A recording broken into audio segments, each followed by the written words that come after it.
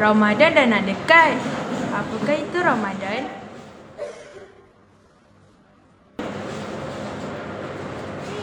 Ada Hafiz lah.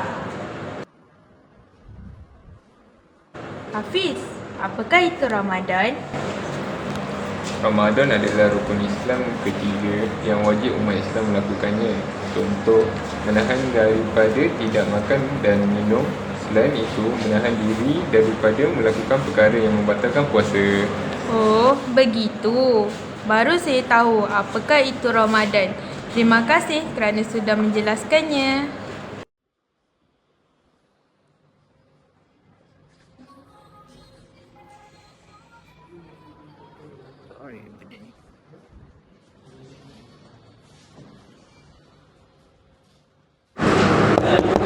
Tidur berlebihan semasa bulan Ramadan tidak digalakkan kerana boleh menyebabkan kita terlepas peluang untuk beribadah dan boleh mengurangkan pahala. Ini kita perlu membuat kebaikan, tapi apa yang kita boleh buat? Kita boleh berbuat baik dengan sedekah, dan sedekah ialah amalan memberi sesuatu kepada orang lain dengan ikhlas kerana Allah. Apakah contoh sedekah? Contohnya memberi uang, makanan atau membantu orang yang memerlukan. Korang dia nak tahu tak, aku ada satu cerita ni. Hari tu Muaz untuk kita orang pergi tengok bola kat stadium. Lepas tu dia sidai kita orang 30 minit lama dekat bas. Ya ke? Korang buat apa ni? Korang mengumpat? Tak baik lah. Sepatutnya orang yang berpuasa ni, kita kena menjaga percakapan kita dan mengelakkan mengumpat, kerana ia boleh membawa fitnah dan dosa, sehingga menyebabkan pahala puasa ni berkurang. Jadi kita kena banyakkan buat ibadah.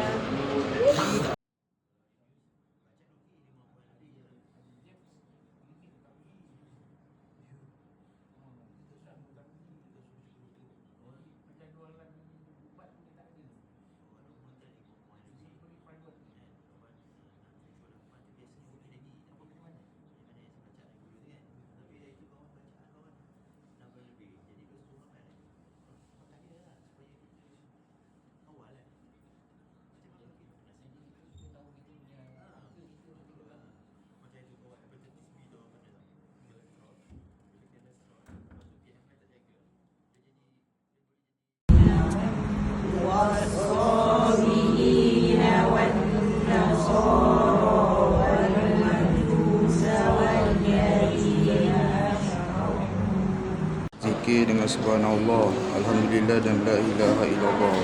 Allahumma innaka afawun tuhibbul afwa fa'fu anni. Ya Allah, sesungguhnya Engkau Maha Pengampun dan amat suka pengampun, maka ampunilah aku. Bismillahirrahmanirrahim. Allahumma laka sumtu wa bika amantu wa azika taftu ya matika ya arhamar rahimin. Maksudnya, ya Allah, untukmu aku berpuasa, kepadamu aku beriman, dan dengan rezekimu aku berbuka. Hadis riwayat daripada Mu'ad bin Zurah secara musral tabi'i meriwayatkan terus dari Nabi bahawa Nabi SAW apabila berpuasa, baginda membaca doa tersebut. Hadis riwayat Abu Daud.